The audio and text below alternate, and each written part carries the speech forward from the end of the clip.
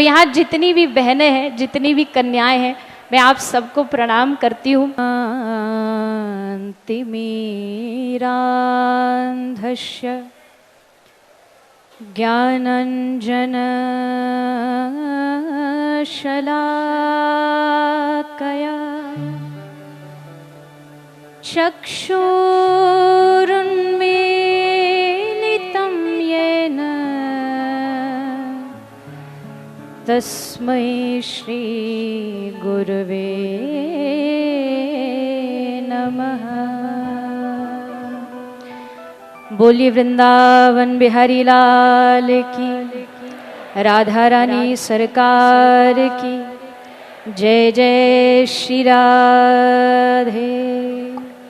एक बार सभी बड़े भाव से बोलेंगे जय श्री राधे, जय जय श्री राधे। आज अति आनंद का ये पावन क्षण बागेश्वर धाम की इस पावन धरा पर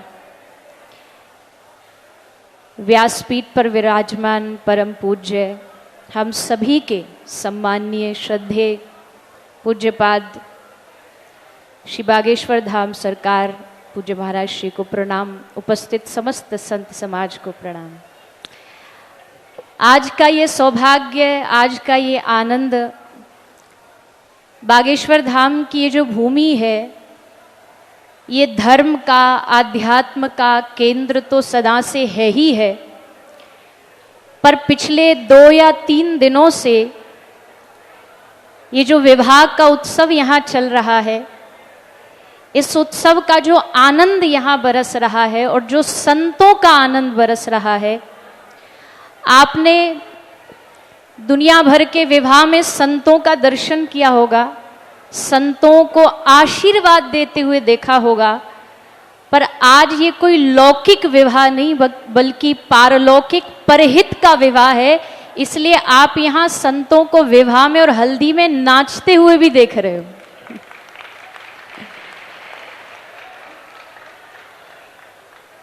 जिन संतों को, महापुरुषों को कल का जो हल्दी की लीला हुई, अच्छा आशीर्वाद देते हुए भी देखोगे, कभी कभी हो सकता है विवाह में नाचते हुए भी देख लोगे, पर हल्दी में कुर्ता फाड़ते हुए तो आपने यही देखा होगा। और ये इसलिए है क्योंकि ये लौकिक विवाह नहीं है। लौकिक विवाह में अगर ये संत महापुरुष नाचे तो महाराज जी जैसा कहते ब्रेकिंग न्यूज बन जाएगी, पर यहाँ ये 300 बेटियों के पिता बन करके, कोई उनका भाई बन करके उस उत्सव का आनंद ले रहा है। ये बात सिद्ध करता है कि ये जो 3 दिन का महोत्सव यहाँ किया जा रहा है, कन्याओं का विवाह, ये लौकिक नहीं बल्कि पारलौकिक उत्सव है, परहित का उत्सव है।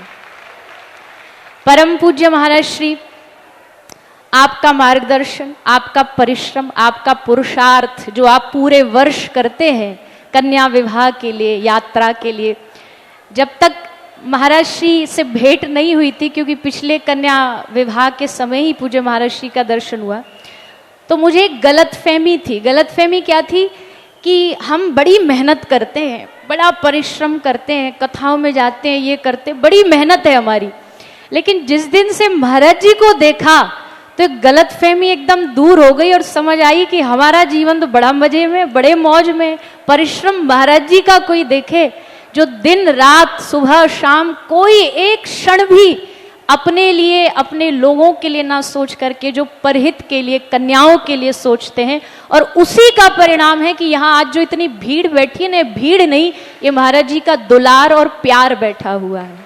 आप सब एक आवाहन पर चुंबक की तरह खिंचे चले आते हैं। ये पूज्य महाराज श्री और पूज्य गुरुदेव का, पूज्य श्री सन्यासी बाबा का आशीर्वाद है। यहाँ 300 कन्याओं का विवाह महोत्सव है।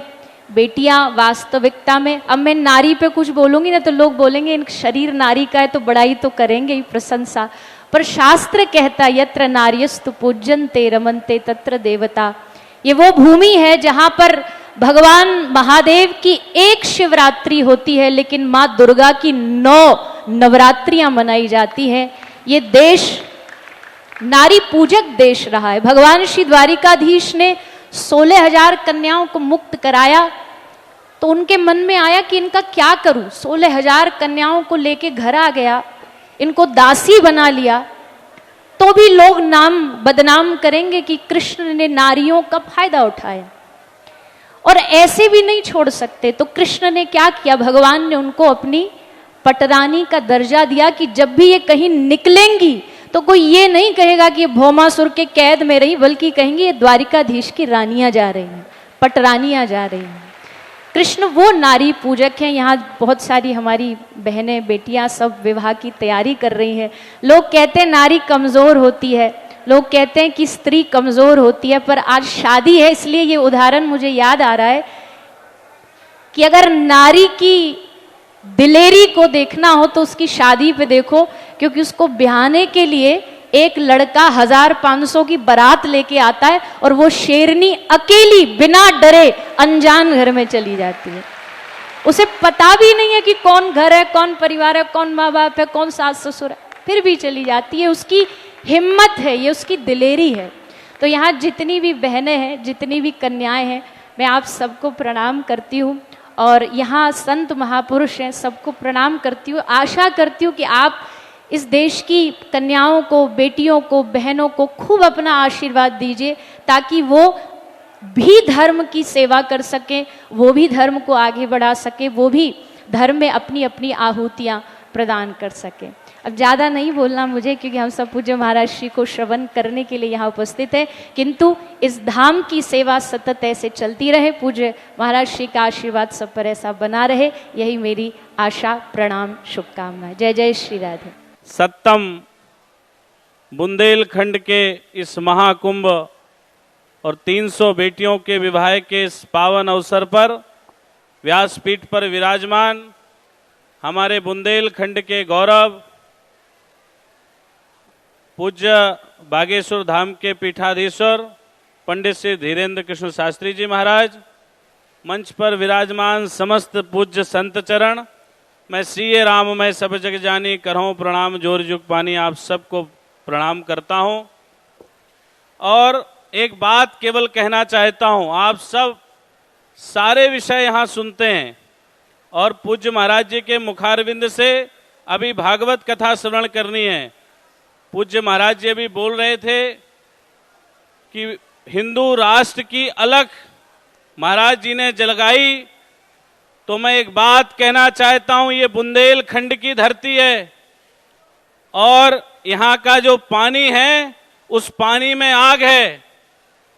भगवान श्री राम जब वनवास की यात्रा में निकले तो 12 वर्ष इसी बुंदेलखंड की चित्रकूट में उन्होंने वास किया, और जब भारत की स्वतंत्रता की क्रांति जगी थी तो इसी बुंदेलखंड की एक वीरांगना रानी लक्ष्मीबाई ने जगाई थी, और आज भारत के हिंदू राष्ट्र की क्रांति जगी है तो इसी बुंदेलखंड की माटी के लाल भाई धीरेन्द्र कृष्ण शास्त्री जी ने जगाई है। इसलिए बुंदेलखंड की धरती वीरों की धरती है और इस पूरे समूह में आज लाखों लोग यहाँ पर उपस्थित हैं। कोई किसी की जात नहीं जानता, केवल एक जात जानता है, वो हिंदू है। और आज हिंदुओं को एक करने का जो आह्वान, जो संकल्प धीरेन्द्र कृष्ण शास्त्री जी ने लिया है, पूरा भारत नहीं पूरे विश्व का हिंदू समाज आपके साथ है और कंधे से कंधा लगाकर चलने को तैयार है। ये 300 बेटियां कोई दलित समाज से है, कोई किसी समाज से है, इन 300 बेटियों ने भी सपना देखा होगा कि हमारा विवाह भी धूमधाम से हो, हमारा विवाह में मंडप हो, हमारे विवाह में मेहंदी हो, हमारे विवाह में संगीत हो। लेकिन किसी कारणवश आर्थिक स्थिति ठीक नहीं थी, लेकिन हनुमान जी ने पूज्य धीरेन्द्र कृष्ण शास्त्री जी को देवदूत बनाकर भेजा और आज इन 300 बेटियों का मंगल विवाह यहाँ चल रहा है। पूरे देश के संत आशीर्वाद दे रहे और पूरे देश के राजनेता आशीर्वाद दे रहे।